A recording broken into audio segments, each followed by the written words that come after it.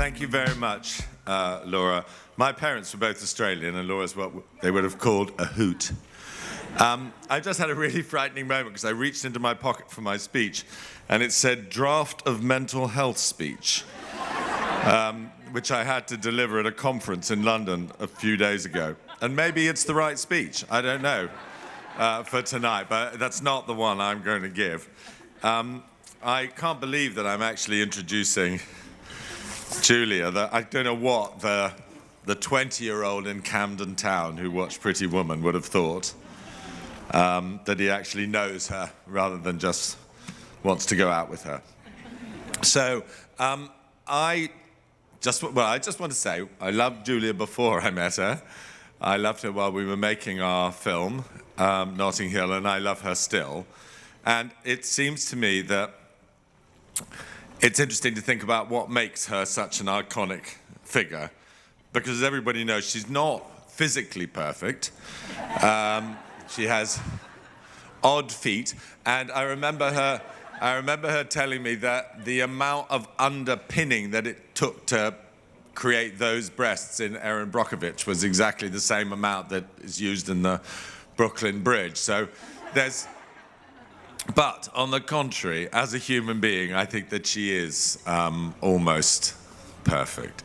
She first came to prominence with all this joy and energy and emotion and sort of modern American truth. And what seems to me wonderful is that she's held onto it. She's very unusual amongst actresses that almost all of her parts have been modern, not in costume.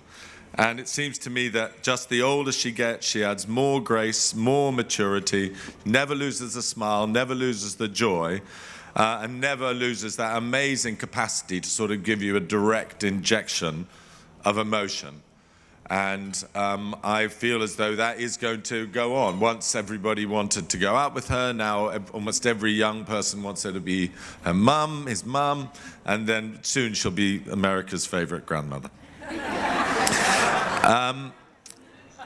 But I do think that in order to be, it seems to me, to be iconic, you actually probably have to be the thing that people think you are. I don't think you can hang on to it unless you're actually that person. And I was just remembering an occasion when Julia was over in London for the premiere of a movie called Duplicity, and my daughter had just become very ill. And I remember talking to Julia about it during the dinner and tears in her eyes. And as we left the meal, I remember her saying, "Send my love to Scarlett and give her these." And she took off the Jimmy Choo shoes that she was wearing and gave them to us to give to my daughter. And I remember watching her in her haute couture dress wandering along Knightsbridge with no shoes on, and I thought that is exactly the quintessence of who she is: completely gorgeous and completely normal and human and modest and ordinary at the same time. And I remember when we made Notting Hill, we got to the most important scene in the movie, which was when she comes to try and win Hugh Grant over. And at the beginning of the day, she didn't like the clothes that had been sort of chosen. And she said, this is meant to be a scene about how someone's just normal, and this is a costume. So she said, I think what I'll do is just wear what I wore in to work. So the cardigan and the skirt and the flip-flops that she's wearing are what Julia was wearing when she arrived in her car. And again, I think it's because she sort of is the thing that we might think that she might only be seeming to be, which is just such a gorgeous, confident, nice and sensitive young woman. And I say nice, which I think is the best and most important adjective. I think it's quite an unusual adjective for an icon. When I think about my icons, I'm scared of them all. Bob Dylan and Marlon Brando and John Lennon, I know they would despise me. And I'm, frightened of Grace Jones and Princess Grace and Catherine Hepburn and Madonna. Oh, it'd be terrifying to spend any time with them at all. But Julia's actually nice. She's not scary. And that's what made her, and a couple of years ago, come to Kenya with me when she profoundly didn't want to hang out with that weird, sort of strange traveling sadist that's Bear Grylls. But she did. And we raised $1 million together because of that. But she's also naughty, and I think that's the thing that everyone can see. She's badly behaved as well as almost perfect. And I remember the last time we were going to do something for Red Nose Day, Julia turned up, and we were just about to shoot when I realized that the jumper that she was wearing was a very accurate portrayal of a fallopian tube. And I said, that's probably not right for a children's charity. And she sort of said, yeah, I knew that wasn't right, but I thought I'd give it a go. So I think that InStyle have made an amazing choice. And I'm pretty sure that in 20 years from now, you'll be wanting to give it to her again. And I think you should probably just give it to her every single year, because she will. She's certainly, for me, an icon and a friend and a remarkable human every day. Thank you very much.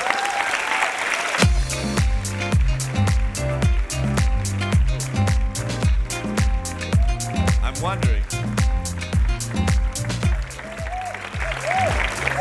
Julia,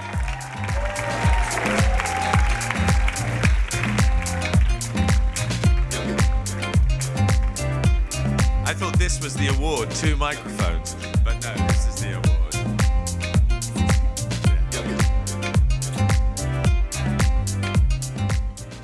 Is this a purse or a lipstick? Okay, I thought he was going to be funny and a lot less sincere. So I've cried a bit of my really well-applied makeup off.